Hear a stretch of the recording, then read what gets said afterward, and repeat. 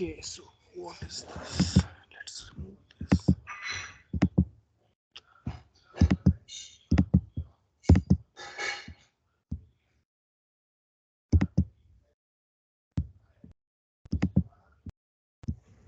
Okay, so you guys have any questions from previous class?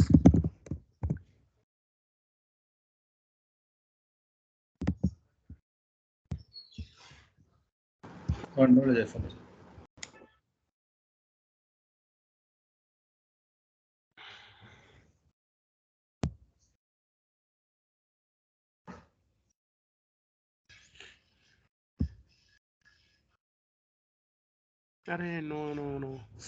We need to log in into Python. Sorry.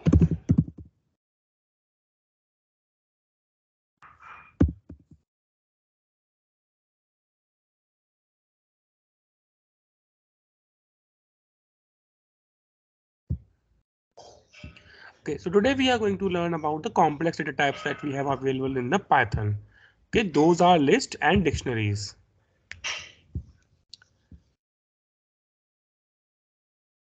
Okay, so actually, okay, like we discussed this in the strings, that the strings are indexed. Same way, okay, we have dictionaries.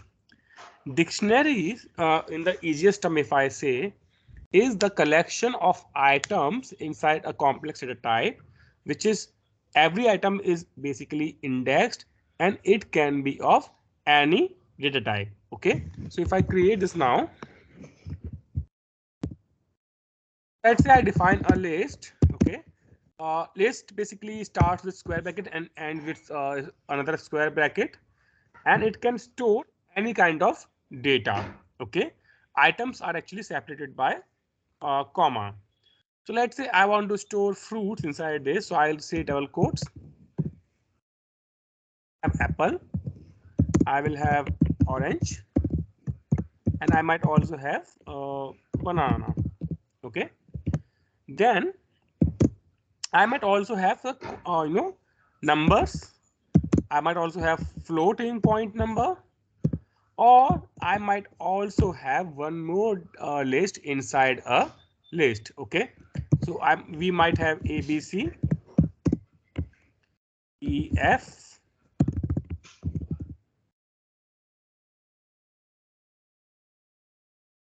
like this. Obviously, there will be one more square bracket. So this is a list. How it will get indexed is it will have a 0 here,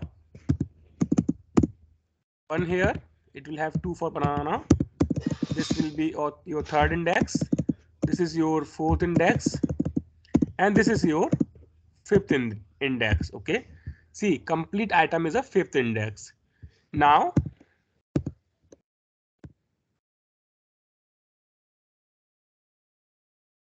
ABC is your kind of 5.1, and D is your kind of 5.2. So this is how we can define one more data type inside a Python, that is called list. Okay, lists are very much useful in the Python. They have a variety of use cases. You will see those things in real-time projects. Okay, so let's execute this code once.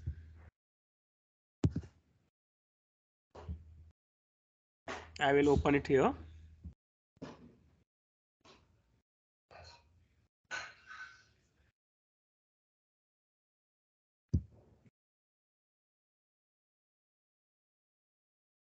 And now if you check the type of, let's rename this variable, call items, and redefine this. Now if you check the item, if you check the types of items, get the type is basically list.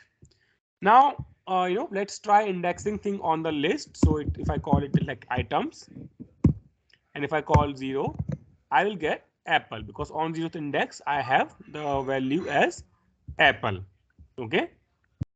Then let's say I try to access the item 4.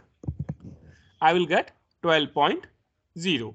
Now one interesting thing, if you see here, if I type a type function here, execute this, I get return type as a floating point number. Okay, and if I type 0 here, then obviously I'm going to get str. Okay, and then if I try 5 here, I will get list, because on 5th position, as I mentioned, we have a one more list. Now, how do I access the a list inside it, or a item inside a on one more list?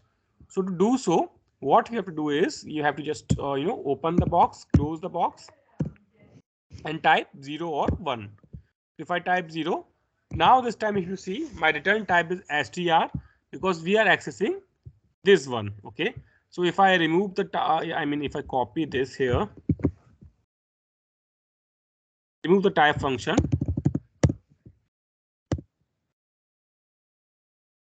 you see we get output as ABC only. Okay, if I want to do access DEF, I will mention 1 here.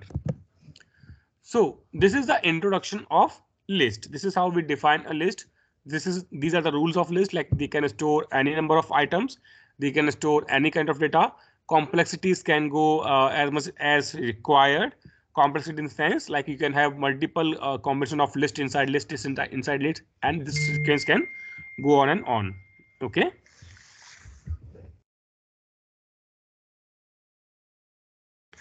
So moving ahead, if you have any questions.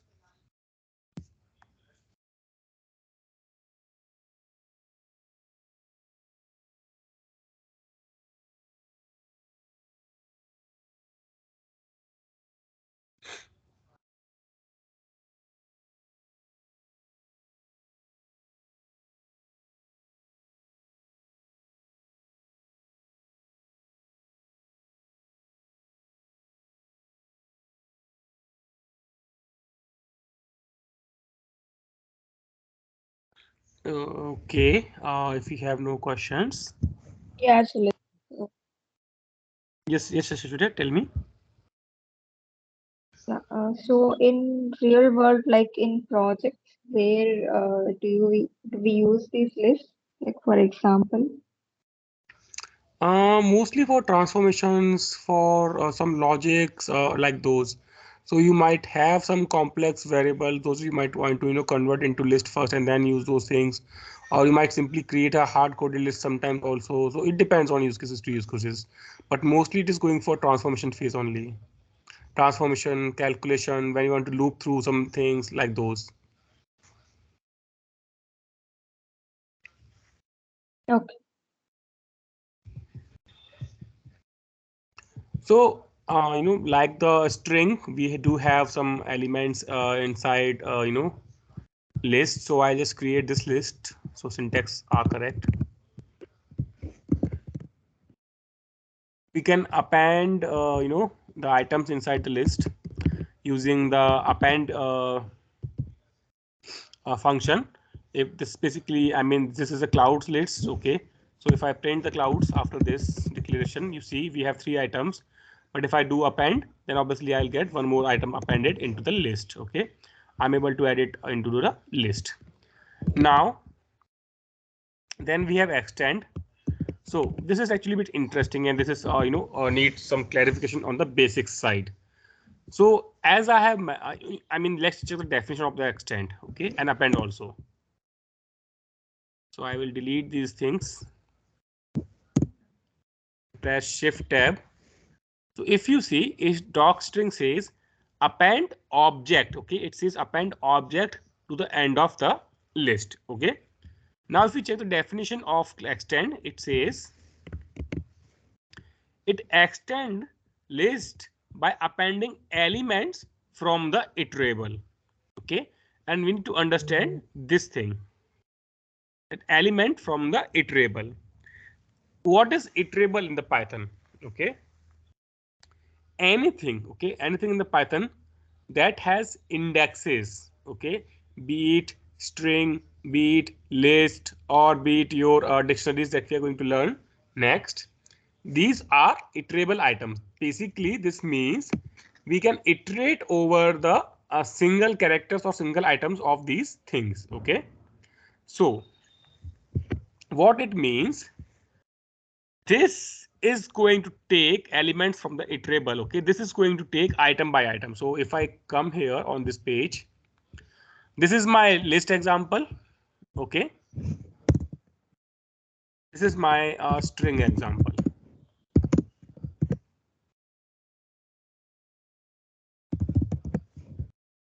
Okay, so what's the difference here? If you see the indexes here, for this index is going to be like this. Okay, so what basically that element from the iterable basically means, it's going to pick the first 0th index and append it.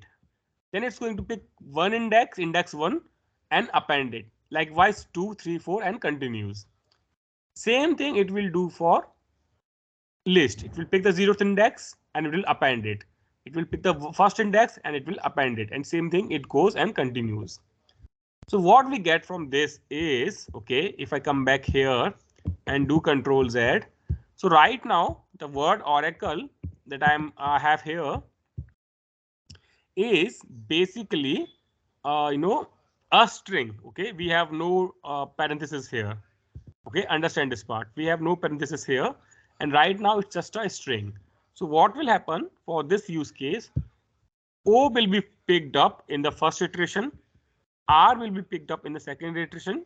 Likewise, in third, fourth, and fifth iteration, other characters are going to be picked. So if I execute this, you see we are getting Oracle like this. Like every character is picked up one by one, and they have been appended into the list. Okay.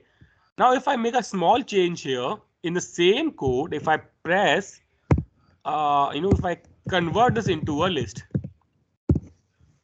So now we have square brackets. What this means, this complete Oracle is at the 0th index. Okay. So if now I execute this thing, it, appends Oracle completely to the existing list. Okay.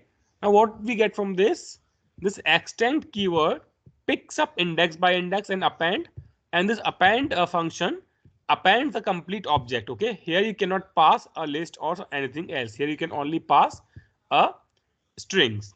Okay, this is the difference. And if I say in layman language or very easy language, append function you can use to add up string items in the list. Extend function you can use to add up the list item in the strings. Okay, so I can also do it like something like this. Okay, I can have let's say I can have Oracle, then I can have something else. I mean, just type it out. Let's convert this into also ABC. Okay, so you can see I'm able to extend the list. This can be any length of list, and these things are getting appended as it is. Okay, so I hope this difference is clear. If not, please let me know. Yeah, Jalas. So in append, we can only pass one item at a time, right? So in extend, we can pass a complete list or any iterable. Yes, but you have to be careful. If you're trying to pass out a string, it has to be in the list format. Okay. Okay, then we have pop. So what basically pop does, it removes the last item of the list by default. Okay, if you do not provide any index number here, by default it removes the last item from the list. So if I execute this, you see something has been removed. If I execute this again, ABC will be removed. Okay, like this pop works. By default it removes the last item. If you give some index like 0 or 1 or 2, let's say try with 2. In this case, GCP will be removed. Okay, to remove the items from the list, you use pop function. And one thing, the result of the pop you can also capture in the variable. Okay, so also you can do like this: removed item, create this variable. Okay, capture the result here and print this variable. And this time, print out not the list but the item that you are removing. So it will print AWS Lambda. That basically means this is removed from list. Then we have remove function. Okay, so pop is basically deleting the items from your list based on the index position, but your remove is actually taking the strings. Okay, it only works with the strings. It accepting the strings and removing that particular string if it exists in the list. So we have Azure here. Okay, both the items are matching, and if I execute this, you will not see Azure anymore in the list. So if you want to delete Oracle, you can paste here and remove this. So two ways of removing the item and two ways of adding the item into the list. Okay, and these differences should be clear. Like pop removes based on index, remove deletes the item based on the value that we are trying to pass, and it only accepts a string type. Because if you try to give integer here like this, it will give you error. Because it thinks that you're trying to pass out index here now.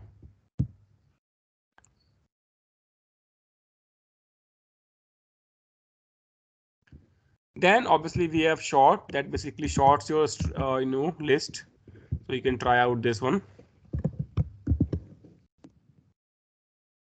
Okay, earlier if you just simply print the list, let's do it here. This is your actual list. Okay, and this is it's already sorted. No, actually it has impacted the list, that's why it is sorted. If you add a few more items and then it will not be sorted. So if I do crowds dot append, sorry, extend, let's say I extend it by some random things. If I execute this and then if I print the list, you see I have this list, and if I execute here with a short, the items will be sorted now.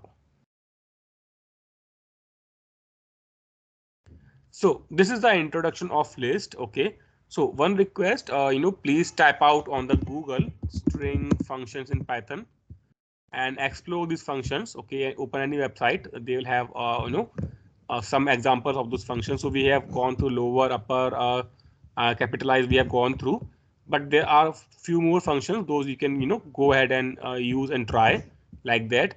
And same way you can do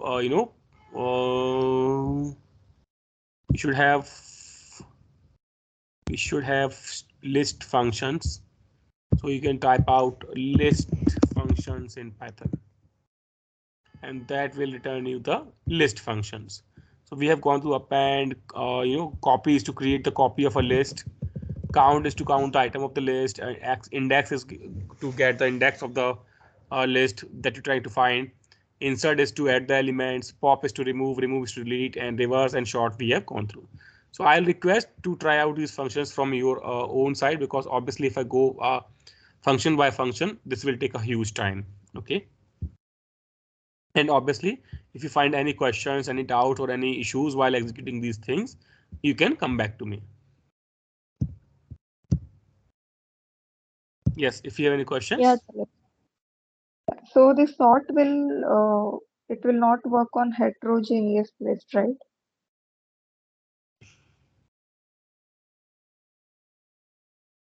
What exactly you mean here by heterogeneous list? So here we have characters, heterogeneous in the sense if we have numbers and other like float, other Yeah, in that items. case, now first it will short the number, then it will short those things. So yeah, obviously it will not be perfection, but yeah, something it will try to do.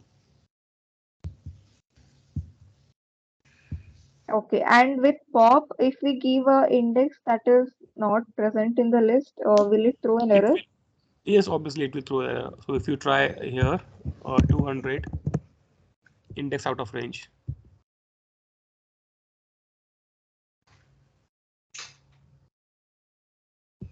Okay.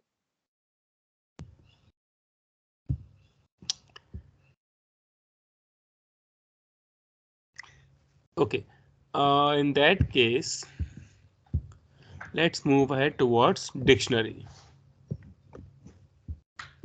Dictionary is again one of the complex data type. I will copy this into notepad here. But here it is different than Python's list. How they are different is, in list we simply have index number and the values, but in dictionaries we have key value pairs. Okay, so here you define a key first and then you define a value for that.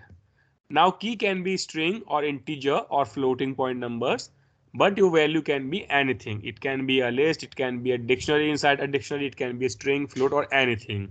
Okay, so we have an example of dictionary here. So first key is AWS, and here we have a list value, and the value is basically containing Lambda, Redshift, and S3. Okay. Second, we have Azure uh, as a key. Then we have defining its value as a Microsoft Azure. This is a string type. Then we have GCP, and it has 2000 as a value, that is of integer type. So if you execute this list on the code, sorry, it's dictionary, my bad. Yeah, if you check the type of this, come as dict, that stands for dictionary. Dictionaries are used to handle key value pairs. Again, you will find multiple use cases of dictionaries in the real time. Okay, a lot of use cases, a lot of transformations, a lot of looping is done with the help of dictionaries. So if I go ahead in my notes, we do have some functions, to go through the list dictionaries. Obviously, add, remove, those kind of features are there in the dictionary as well. I'll suggest you to try them by yourself. Then some different functions are like items. Okay, basically this is going to return all the items of a dictionary. So what is item? Item basically is a combination of key value. So this is a single item. Okay, whatever I have selected right now, this is a single item. Okay, so if I execute this, I will get dict items returned to me in the tuple format, and this is the first item for me. Items are separated by comma, like first is your key and second is your value.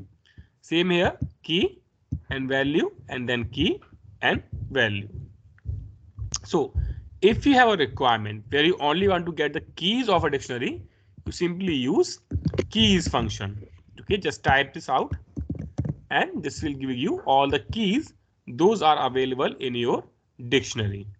Okay, then we have values. This is basically going to give you all the values from your dictionary. Okay, this is how basically it works. So now here, obviously you can update the value, so you can use update function. Here rules, as I mentioned, data type, there's no restriction on the value side. On the keys side, I have tried with string, float, and integers. That works absolutely fine. And then we can have duplicate keys. Okay, we can have duplicate entries in the dictionary. Okay, that is one thing. And then what? No, duplicate actually are not there. It's going to update the things. Okay, if you try to add one more key with the same value, it will update the existing value. So it's not going to have duplicates for sure. Then okay, first, I'll stop here because this is what we have in dictionaries. It's real use cases we will see in the Lambda functions. So this is just an introduction kind of thing. Okay, I want you to go through and explore a bit the functions, not anything else. So once we start the Lambda functions, we will see some actual examples of these lists and dictionaries in the practical use cases. Okay, so yeah, if you have any questions, the dictionaries part.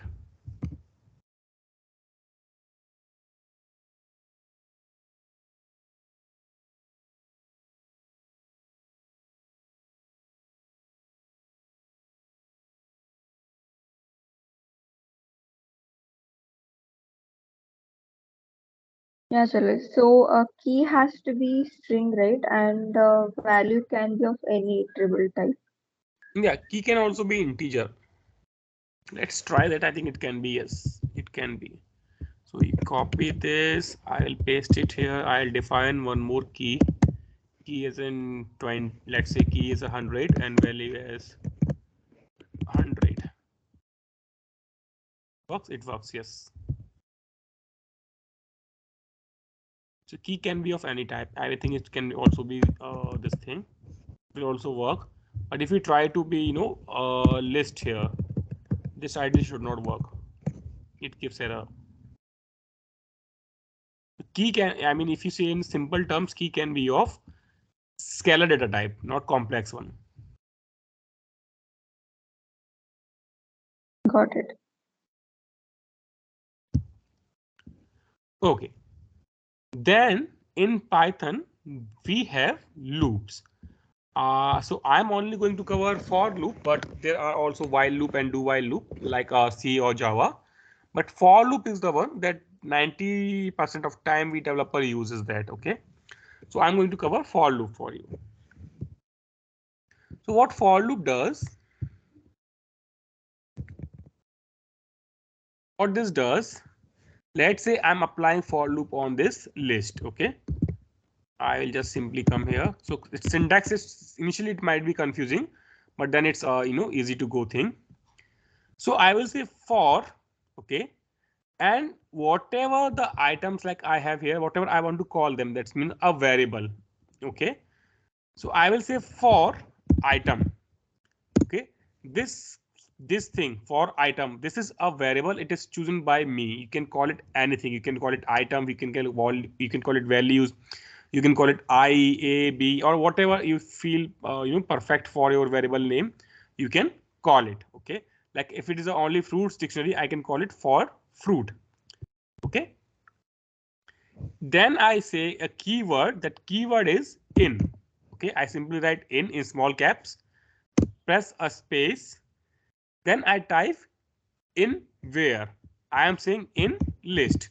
This list is basically this list. Okay. So I am saying for item in list. Okay. Then I'll press a colon. I will say a tab. I mean, let's do it here only because syntaxes might be wrong on the notepad. So I have defined a list type. I have defined for item in list, and then I'll say print item. Okay. Basically what I'm doing, simplest thing. I'm picking up one item. In the first iteration, this for is going to give me this apple in this variable called item. I think this for has to be in the small caps. So then second thing it will do in the second iteration, it will pick up orange and it will give it to your item variable, and it will print this, and then again it will come out and it will pick up banana. So like this, it's going to move ahead and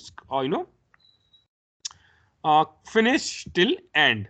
So in the for one, you do not have to give like what is the starting index, what is the ending index, and you do not need to updating the indexes. Those things you don't have to maintain. It's a simple statement that you can use.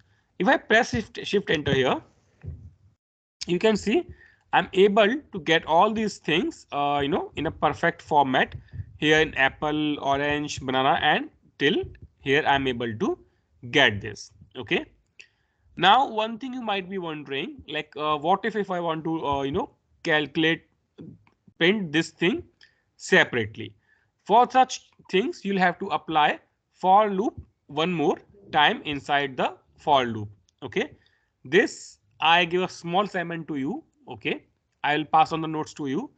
You can create any list where you have a sub list inside that, and you want to try to print only these two things separately. Okay. Like right now I'm printing them together. You want to print them one by one. Small assignment, try to explore and work on this. So let me know if you have any questions on for loop.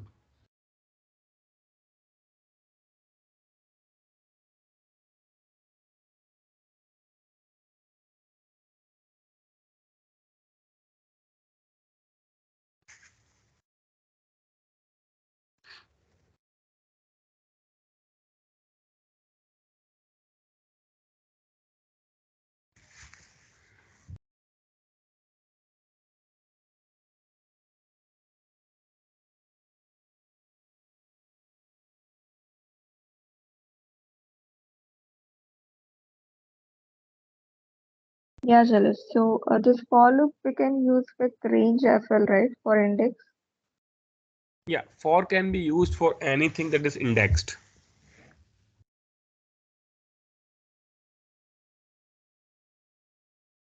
Okay. Okay. Then we see a for example on list, sorry, dictionary. So here,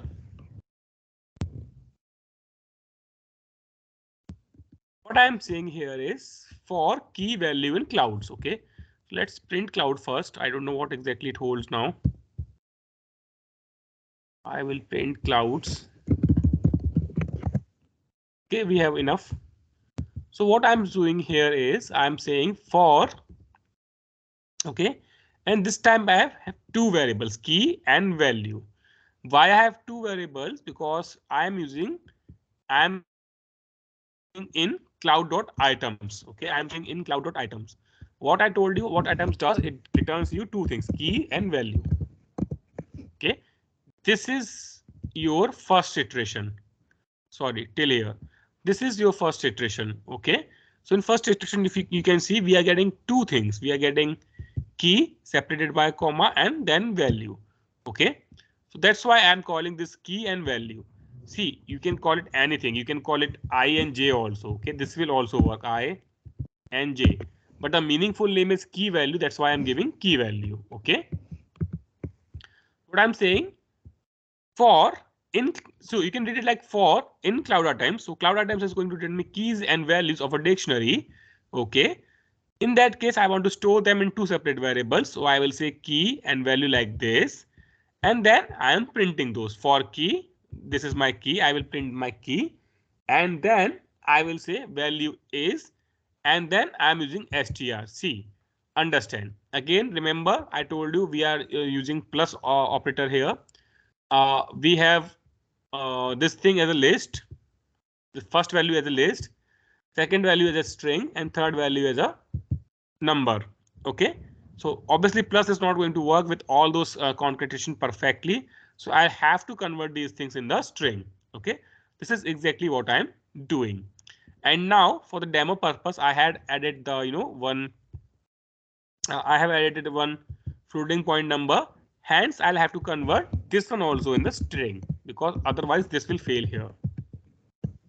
So if I execute this now, you will get something like this. Okay, one by one. First time it picked up key as a AWS. It printed its value in a string format. Okay. Second time it picked up Azure, printed its value in a string format. Third time it picked up GCP and printed its value in the string format. Okay. So this is how we can use for loop like this. Okay. So one more thing, I would like you to practice multiple variations of for loop. Okay, variation basically just means like single for loop, double for loop, triple for loop, like this. Okay, simply do these activities, that will give you some confidence. So yes, if you have any questions here.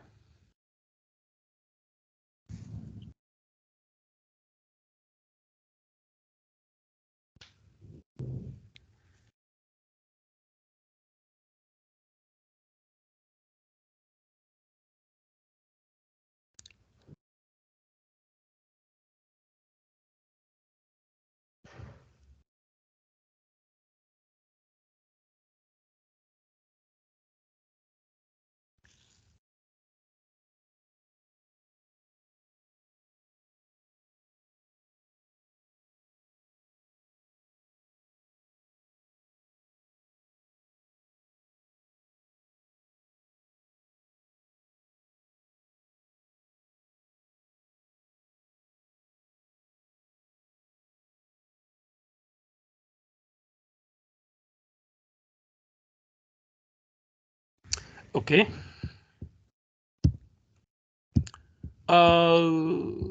Then I'll share this code with you. Engineer. If you guys have no questions, we can move ahead with the data frames. One quick question, Chalaj. So this item function, Is it exclusive for dictionaries only? Yes, yes, yes, yes. Only for dictionaries. It will not work for the list. Okay. So let me share the codes with you first. So list dictionary I have already shared with you. You can go through that. Okay.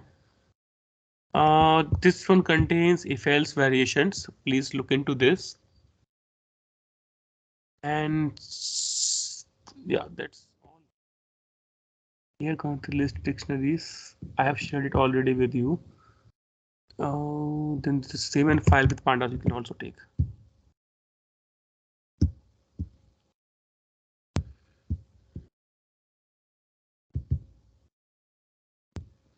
Okay. See, now we are going to talk about real transformations or real things. Okay. I mean these whatever we have gone through, it's not kind of ignored or unimportant things. These are very very important things. Whatever we have gone through till now. Okay, so you have to practice those and you have to practice the variations of those things. But from now onwards, we are going to work with the data. Okay, so what is data frame? In a very simple terms, data frame is nothing but a tabular representation of your data in the Python programming language. That's what it means. What is the uses of this? See, uh, earlier, I mean, not like it's not like that we don't have that thing now, but mostly earlier the data was in the format of tables, maybe on some databases like SQL, Postgre, Oracle, those things. Okay, but nowadays most of the data that we talk in the cloud technology is semi-structured. Okay, so I hope you understand the differences between unstructured data, semi-structured data, and the structured data. If not, please let me know. But nowadays, most of your data that you're going to work is in the format of semi-structured data. Semi-structured data by default does not support any sort of queries or filtration. Okay, any sort of queries, filtration, calculation, it does not support. So how do we overcome this situation? Then Python data frames, and obviously there are multiple other ways to do it, like okay. But most famous one is Python data frames, PySpark data frames. We will go through PySpark data frames once we reach on that level. But for today, let's focus on the Pandas data frame, that is Python data frames. These data frames helps you read semi-structured data in a structured format.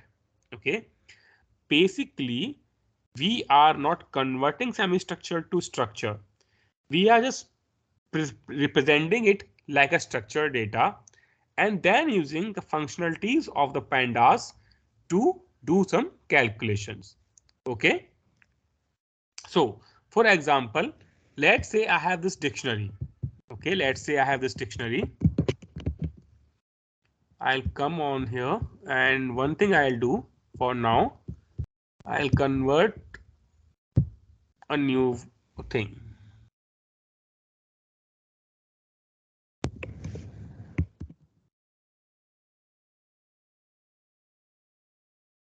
Okay, before working on those things, we'll have to import two libraries. Import numpy as np. What I'm doing here, I'm importing pandas into my notebook, and I'm calling the pandas as pd. This basically means from here on, I will refer the name pandas as pd, and I'll call numpy and I will refer the name numpy as np. These names and aliases are your choices. I'll execute this and then I define my dictionary.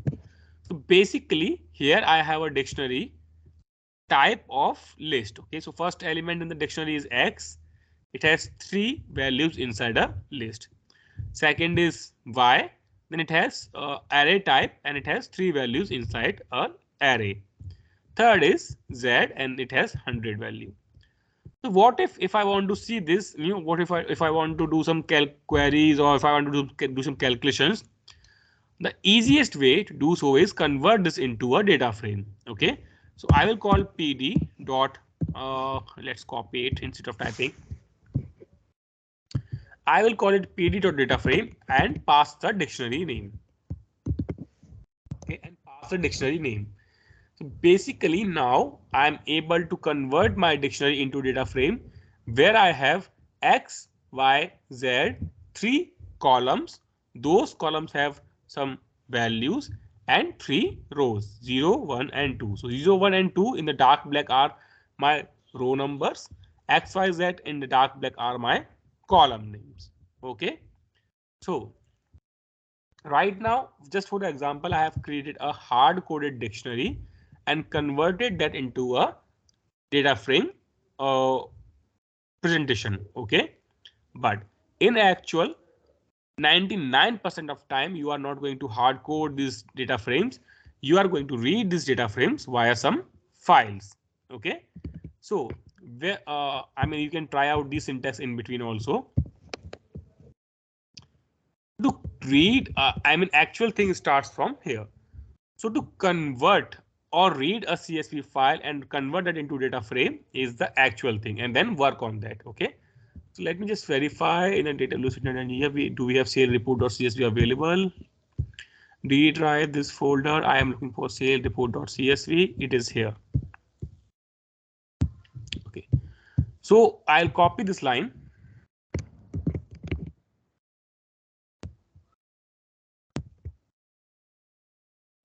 Now what I am saying here is, okay, I am saying use pandas. Okay, PD, if I remember, I converted here.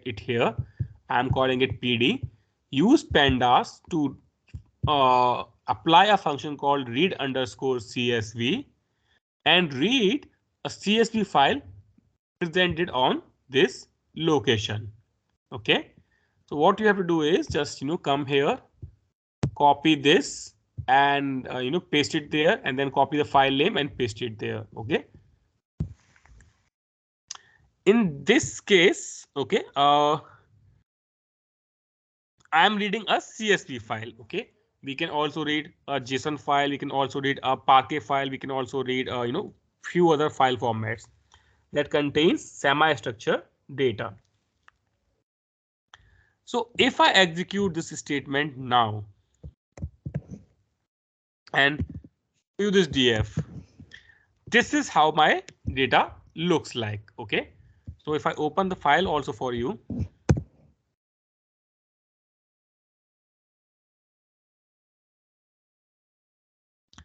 this is how my data looks like. I have an index column, I have a SKU code, design number, stock, and category and size and color column. Like I have 7 columns. Okay, and this kind of data we call it semi-structured data. And now I'm able to convert this semi-structured data in a in a proper structured data where I have data frame. Over this data frame, I can run I can do some calculations. Okay, so it is just showing you top 5 rows and the bottom 5 rows. In between, it has 3 dots. That basically means you have data here also. In total, we have 9,271 rows and 7 columns. So I'll take a pause here of 2 minutes, and if you have any questions, you can let me know.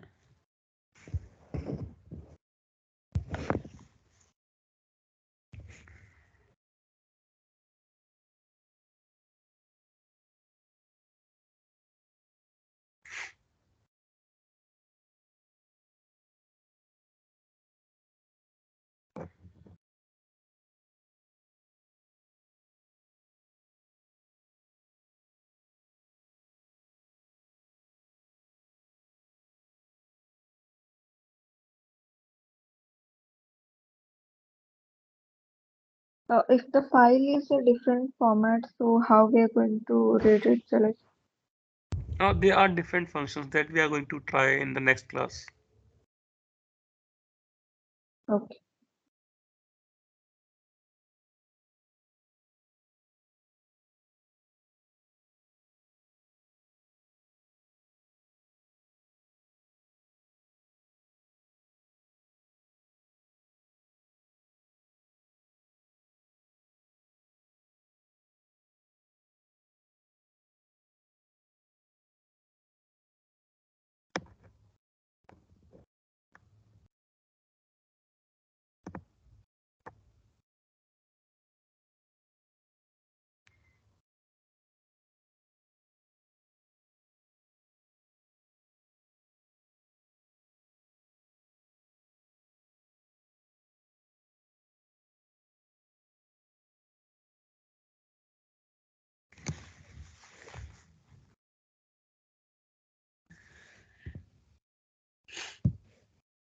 Okay.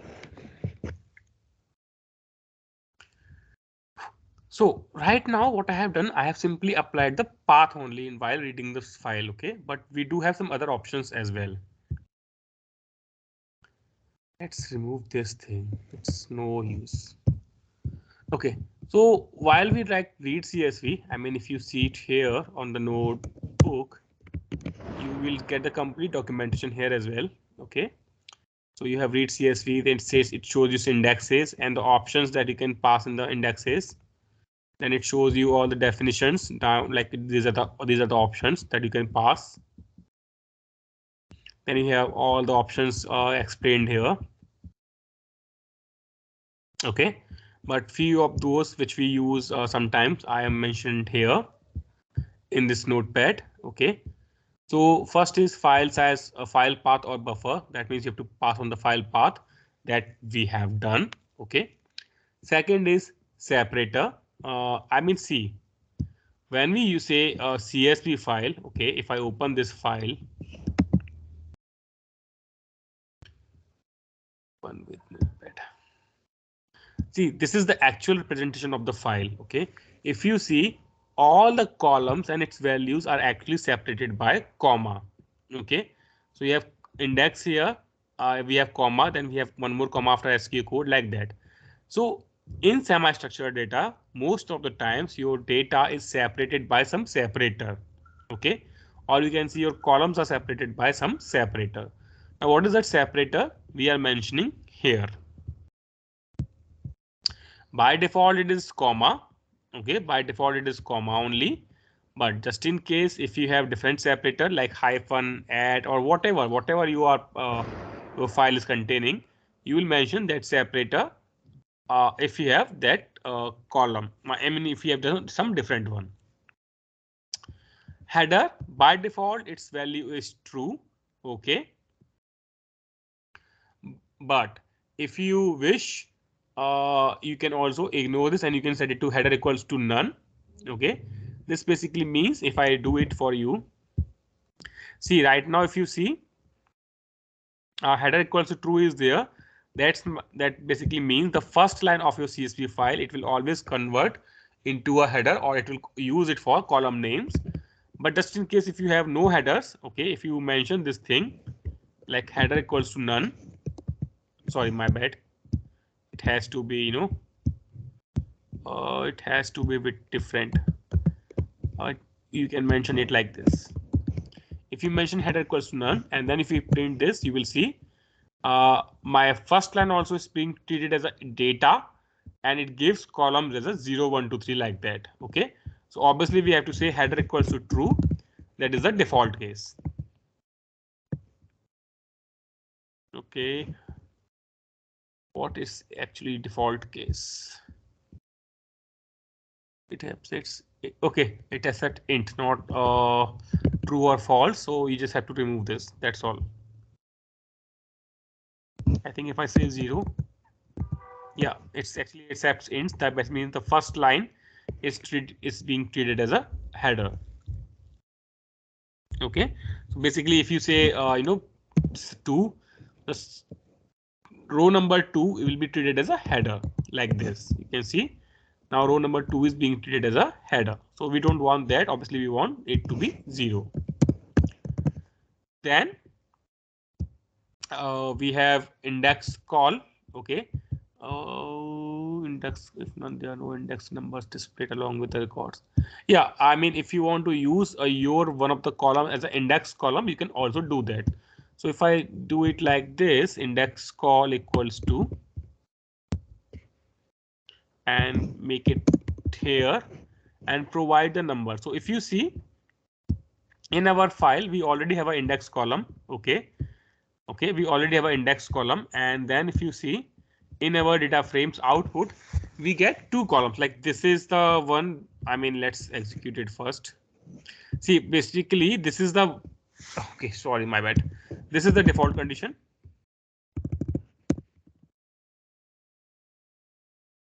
Now if you see, this is the index column that I have highlighted now. This is coming from my file, but Python also generates one more column Okay, one more row numbers, that is actually the actual index numbers. Okay, so if you want this column to be treated as index numbers, you can mention here. If you mention 0, it will work like this. Then your column itself will convert it into a index number. Okay.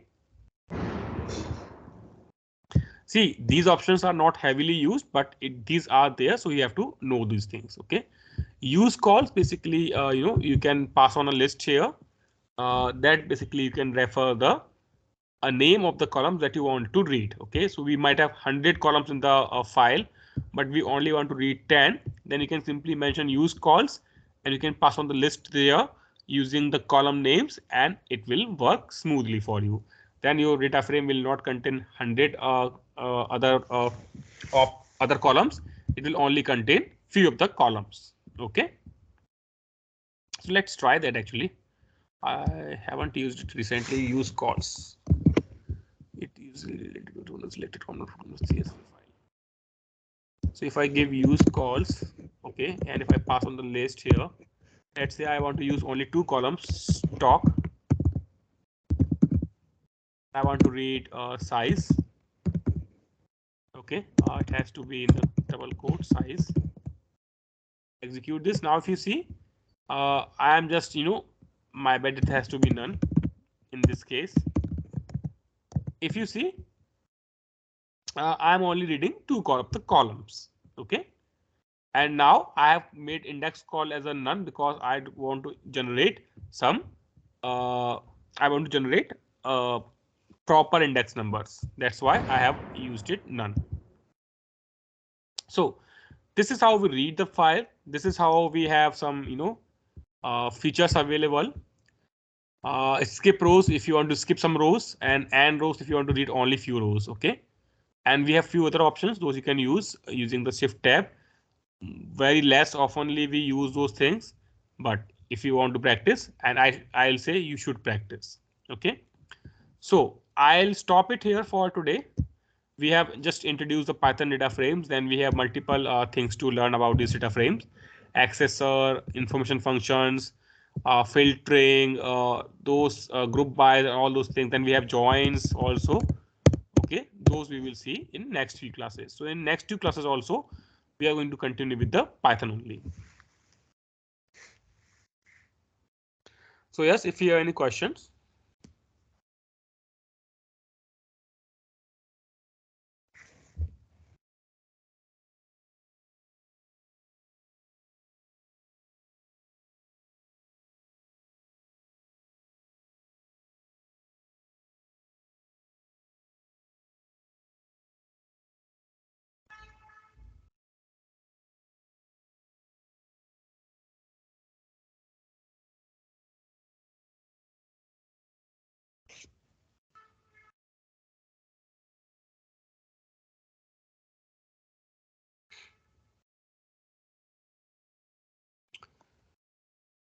Okay, if you have no questions, then this is all from my end for today. One thing, are you guys available tomorrow? Because I would like to have a class tomorrow, because next week also on 23rd I won't be available as I have my friend's wedding, so I'll be going there. So I'd like to have a class tomorrow if possible. Are you guys available tomorrow? Somewhere between 4 to 7 in the evening time, not morning, obviously. Yeah, I am good with that. Aishwarya, you have time?